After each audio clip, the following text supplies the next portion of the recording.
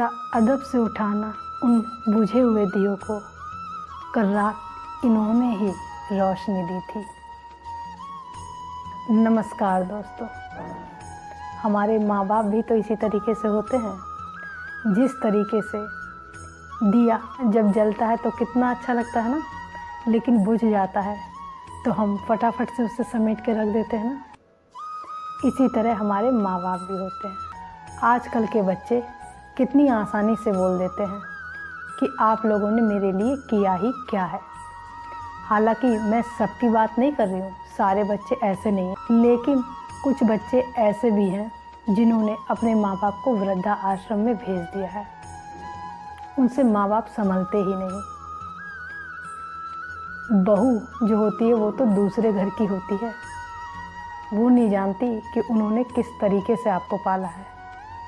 लेकिन आप तो जानते हैं कि आपके माँ बाप ने आपको कैसे पाला है। बहुत आसानी से ये शब्द यूज़ हो जाते हैं कि ऐसा तो सबके माँ बाप करते हैं। ठीक है, सबके माँ बाप ऐसा करते हैं, लेकिन एक बात बताइए आप मुझे, इस दुनिया में लाने का डिसीजन किसका होता है? अगर माँ बाप ना चाहें तो आप दुनिया में नहीं आ सकते। कितने अबॉर्शन हो रहे हैं, तो कम से कम इतना तो सोचना चाहिए। परमात्मा हर समय यहाँ नहीं मौजूद हो सकता, इसलिए उन्होंने माँ बाप बनाए। एक ही झटके में माँ बाप को घर से निकाल देते हैं। अगर आप अपने माँ बाप के साथ ऐसा करेंगे तो मैं ये नहीं कहती कि आपके बच्चे करेंगे या नहीं करेंगे, वो तो बात की बात है। उसके बाद हर एक कदम पे आपको मुश्किलों का सामना करना होगा। आप तैयार हो जाइएगा। किसी को जलाकर दियों को खुश होना एक अलग बात है, इन्होंने खुद को जलाकर रोशनी दी है। पैसे देकर कोई चीज़ लेना कितना आसान है। हम बोलते हैं ना कि आजकल पैसा दो क्या काम नहीं हो जाता। बिल्कुल ठीक बोलते हैं आप लोग, और मैं भी बोलती हूँ कि पैसा दिया सब कुछ हो जाएगा। नौकर चाकर, शादी ब्याह, कपड़ा लत्ता सब कुछ मिल जाएगा। लेकिन क्या माँ बाप ने जो बचपन में अपनी नींदें गंवाई हैं, हर माँ बाप यही करते हैं अपने बच्चों के साथ। माँ को पहले ही पता चल जाता है, खाना खिलाने से पहले ही, कि मेरा बच्चा भूखा होगा।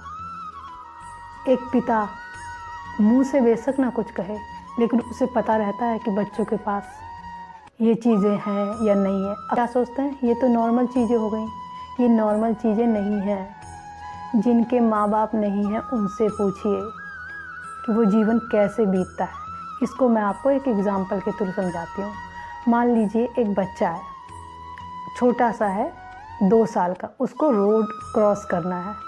तो इधर फादर खड़े हो जाते हैं और इधर मदर खड़ी हो जाती हैं। तो वो क्या करेगा, ऐसे दोनों का हाथ पकड़ के और रोड कैसे क्रॉस करेगा, झूलता हुआ चला जाएगा।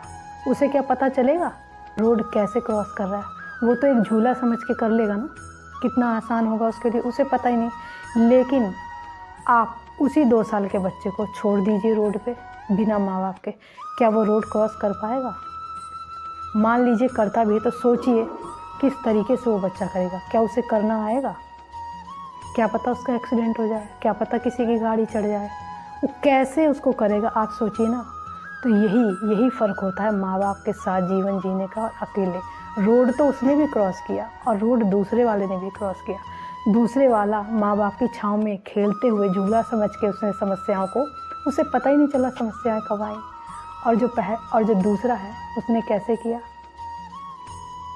तो दोस्तों, मैं आपसे बस यही हाथ जोड़कर कहना चाहूँगी, अपने माँ बाप को मान सम्मान दीजिए।